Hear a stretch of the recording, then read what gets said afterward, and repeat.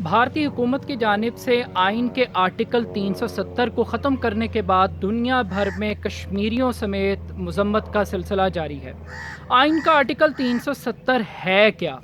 اس کا back ground کیا ہے؟ یہ کیوں بنایا گیا اور اس کو اب کیوں ختم کیا جا رہا ہے؟ اس کے کیا اثرات مرتب ہوں گے؟ پاکستان کے پاس کیا آپشنز اویلیبل ہیں آئین کے اس آرٹیکل کے حوالے سے، اور پاکستان کی پوزیشن کیا ہے؟ سب سے پہلے بات کر لیتے ہیں ہسٹوریکل بیک گراؤنڈ کی۔ 1947 کے اندر کشمیر کے حکمران تھے راجہ ہری سنگھ۔ انہوں نے بھارت کے ساتھ ایک معاہدہ کیا اور الحاق کر دیا کشمیر کا بھارت کے ساتھ۔ 1950 میں شیخ عبداللہ جو کہ کشمیر کے حکمران تھے، انہوں نے 6 ماہ تک مذاکرات کیے جواہر لال نہرو کے ساتھ، اور ان مذاکرات کے بعد آرٹیکل 370 کے تحت کشمیر کے اندر ایک قانون ساز اسمبلی قائم کی گئی، کشمیریوں کو آئین بنانے کی اجازت دی گئی، کشمیری بطور ایک خود مختار ریاست کے اپنا ایک علیحدہ پرچم بھی رکھتی تھی۔ اس کے ساتھ ساتھ آئین کے آرٹیکل 370 کے ساتھ ہی 35A کی ایک شق بھی موجود ہے جو کہ گارنٹی کرتی ہے مسلم کمیونٹی کے حقوق کی پروٹیکشن کے حوالے سے۔ یہ 35A یہ کہتا ہے کہ ہر وہ شخص جس کا تعلق کشمیر سے نہیں ہے، جو کشمیری نہیں ہے، نہ تو وہ کشمیر میں جائیداد خرید سکتا ہے، نہ وہ ووٹ ڈال سکتا ہے، نہ اس کو کوئی سرکاری نوکری مل سکتی ہے۔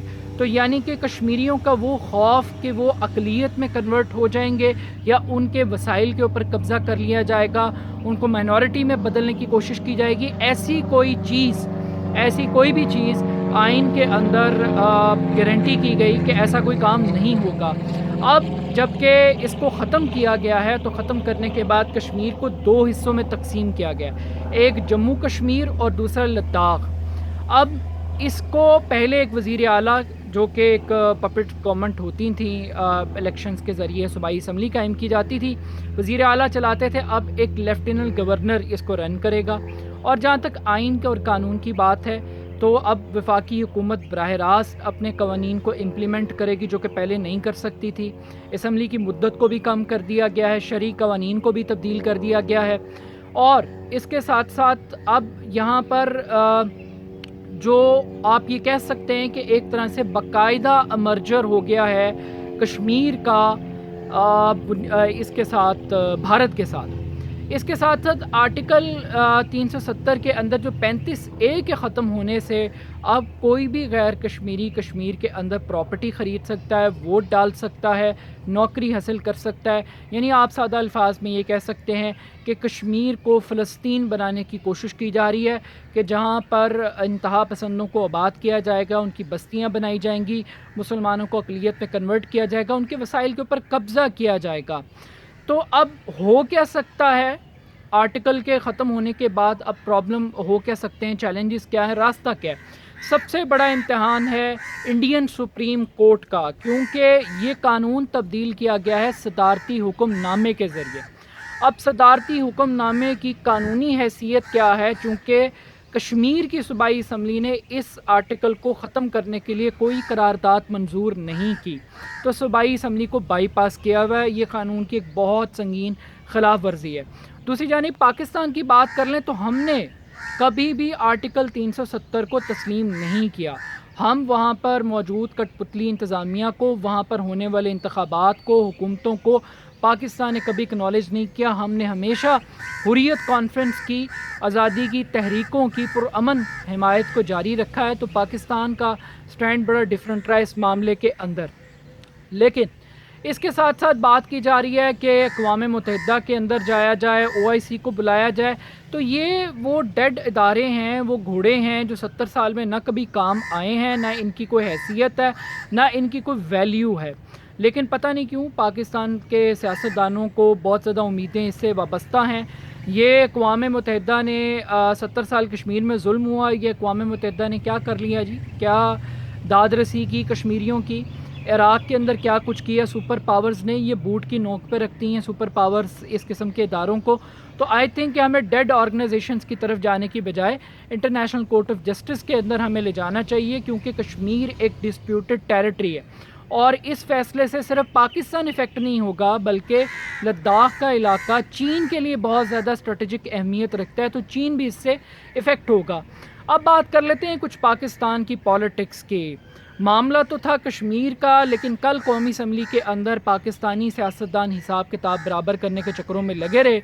سب سے دلچسپ اور افسوسناک بات یہ ہے کہ عمران خان صاحب جو ٹیپو سلطان بننے کی بات کرتے رہے، پاکستانیوں کو بہادری اور دلیری کے راستے بتاتے رہے، حالت یہ تھی حکومت کی کہ گزشتہ روز اسلام آباد میں ریڈ زون کے علاقے کے اندر کچھ بینرز آویزہ کیے گئے جس کے اوپر یہ تحریر موجود تھی کہ ہم نے کشمیر حاصل کر لیا اور اب ہم بلوچستان حاصل کریں گے.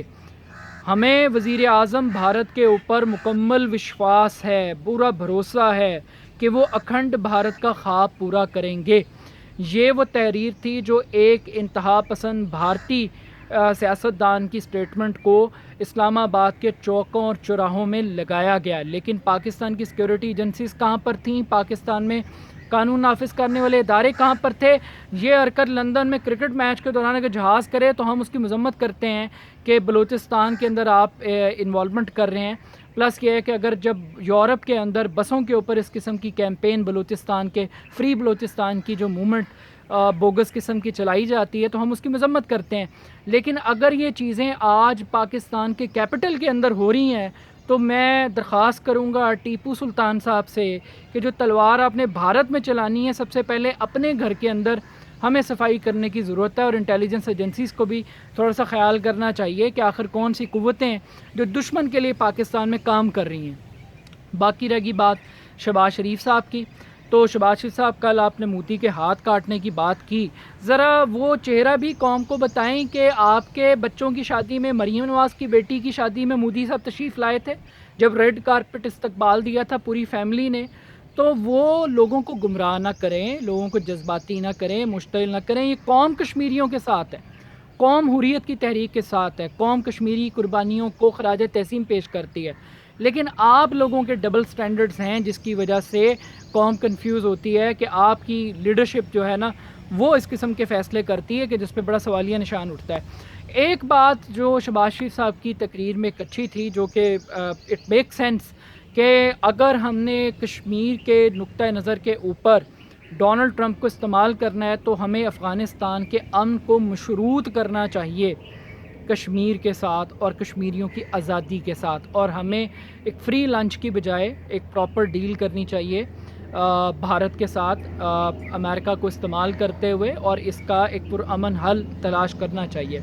اس کا سب سے بڑا نقصان یہ ہوا ہے کہ کل کو جب بھارت ڈیموگرافی کو چینج کرے گا، جب ہندو انتہا پسند وہاں پر آئیں گے تو پھر بھارت تیاری کرے گا استصواب رائے کی، اور وہ کہے گا ہاں جی انٹرنیشنل کمیونٹی آ جائے، ہم ووٹنگ کرا لیتے ہیں، دیکھ لیتے ہیں کہ کتنے کشمیری پاکستان کے ساتھ جانا چاہتے ہیں یا بھارت کے ساتھ جانا چاہتے ہیں.